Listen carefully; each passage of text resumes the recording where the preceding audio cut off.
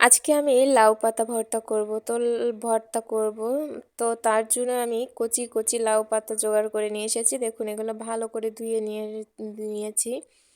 এখন এগুলোকে আমি ছোট ছোট করে ছুরি দিয়ে কেটে নেব। তো এই পর্যায়ে ছোট ছোট করে ছুরি দিয়ে আমি কেটে নিয়েছি। কেটে নেওয়ার পর এগুলোকে আমি এখন কড়াইতে একটু জল দিয়ে তার ভিতরে আমি সিদ্ধ করতে দেব, তাহলে কাঁচা গন্ধটা আর থাকবে না। তো আমি একটুখানি ভাপিয়ে নিয়েছি, সিদ্ধ ঠিক হয়নি, জাস্ট একটু ভাপিয়ে নেওয়া আর কি।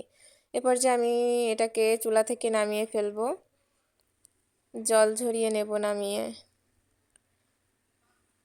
তো লাউয়ের পাতাটা রেখেছি পাশে, আর এই যে পেঁয়াজ রসুন আর কাঁচা ঝাল বাটা, এটা আমি সর্ষের তেল গরম করে তার ভিতরে দিয়ে ভেজে নেব একটু।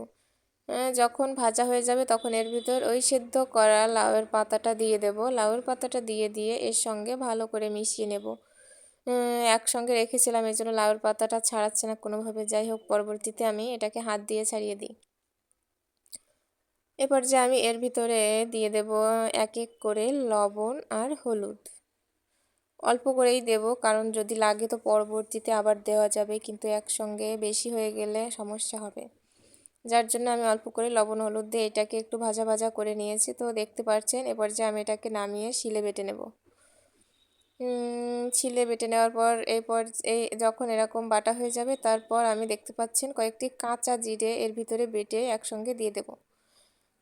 এর ভিতরে একটু লবণ আর একটু সর্ষে তেল, যেহেতু আমার একটু লবণ কম ছিল এই জন্য আমি দিয়ে দিয়েছি। আপনারা খেয়ে দেখবেন, যদি লবণ কম না হয় তো দেওয়ার দরকার নেই।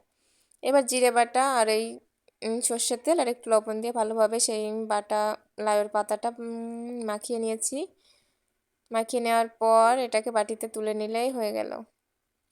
যে কোনো ভর্তাতে অল্প একটু কাঁচা জিরে বেটে দিলে সেইটার স্বাদটা সম্পূর্ণ পাল্টে যায়, খুব ভালো লাগে খেতে। যারা খান তারা বলতে পারবেন। দেখুন কত সুন্দর হয়েছে। এখন এটাকে শুধু গরম ভাতের সঙ্গে খেলেই হয়ে যাচ্ছে। স্বাস্থ্যকর এবং কম মশলাদার রেসিপি পেতে আমাদের পাশে থাকবেন সবাই। ধন্যবাদ সবাইকে।